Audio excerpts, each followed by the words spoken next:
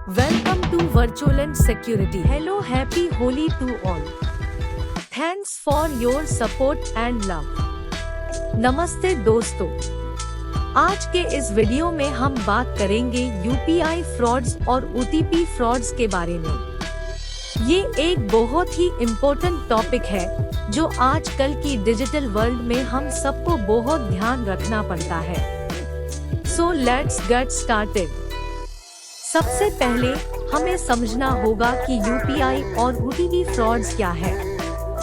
UPI यानी unified payments interface एक digital payment method है जो हमारे बैंकिंग सिस्टम के थ्रू वर्क करता है। इसमें हम अपने बैंक अकाउंट से डायरेक्ट पेमेंट्स कर सकते हैं। ओटीपी यानी वन टाइम पासवर्ड हमारे बैंकिंग ट्रांजैक्शंस को सिक्योर रखने के लिए होता है।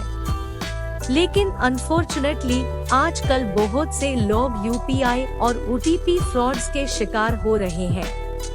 अभी एक इंसिडेंट सामने आया है जहां एक व्यक्ति ने अपने बैंक अकाउंट से 50,000 रुपीस का ट्रांजैक्शन करने के लिए यूपीआई का यूज किया था, लेकिन किसी ने उसके ओटीपी को हैक कर लिया और उसके अकाउंट से पैसे ट्रांसफर कर दिए। ऐसे इंसिडेंट्स बहुत ही कॉमन है और इसलिए हमें अपने डिजिटल ट्रांजैक्शंस के लिए बहुत सावधान रहना पड़ता है। तो चलिए अब हम डिस्कस करते हैं कि हम कैसे अपने डिजिटल ट्रांजैक्शंस को सिक्योर रख सकते हैं।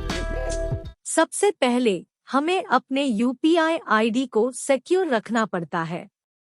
हम अपने यूपीआई आईडी को कॉन्फिडेंशियल रख सकते हैं और सिर्फ ट्रस्टेड सोर्सेज के साथ शेयर कर सकते हैं। हमेशा ध्यान रखें कि यूपीआई से पैसा प्राप्त कराने के लिए कभी भी ओटीपी की आवश्यकता नहीं होती है। अगर आपको ऐसा कोई कॉल आता है और आपस ओटीपी मांगता है तो कभी भी अपना ओटीपी का खुलासा नहीं करें। दूसरा, हमें अपने ओटीपी को भी सिक्योर रखना पड़ता है। ओटीपी को कभी भी किसी के साथ शेयर नहीं कराना चाहिए, चाहे वो बैंक एम्प्लॉय हो या कोई और व्यक्ति। अगर कोई हमसे ओटीपी शेयर करने के लिए रिक्वेस्ट करता है तो हमें इसको तत्काल रिपोर्ट कर देना चाहिए। तीसरा, हमें अपने फोन और लैपटॉप का सिक्योरिटी भी बहुत स्ट्रॉन्ग रखना पड़ता है। हम अपने डिवाइसेस में स्ट्रॉन्ग पासवर्ड्स या 2 फैक्टर ऑथेंटिकेशन यूज कर सकते हैं सो कि कोई अनऑथराइज्ड एक्सेस नहीं हो सकता है। और कभी भी अपना फोन जिसमें बैंकिंग ट्रांजैक्शन हो वो अपने बच्चों को ना दें। फोर्थ पॉइंट ये है कि हमें कभी भी अपने बैंक डिटेल्स को ईमेल या टेक्स्ट मैसेज के थ्रू शेयर नहीं करना चाहिए। अगर बैंक हमसे कोई इंफॉर्मेशन मांगता है तो हमें उनकी ऑफिशियल वेबसाइट या फोन नंबर पे कॉल करना चाहिए। और फाइनली, हमें अपने बैंक अकाउंट का रेगुलर मॉनिटरिंग भी करना चाहिए।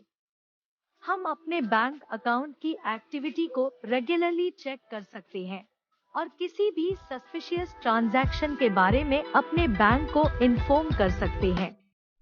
तो ये कुछ टिप्स ही जो हमें अपने यूपीआई और ओटीपी ट्रांजैक्शंस को सिक्योर रखने में हेल्प करेंगे।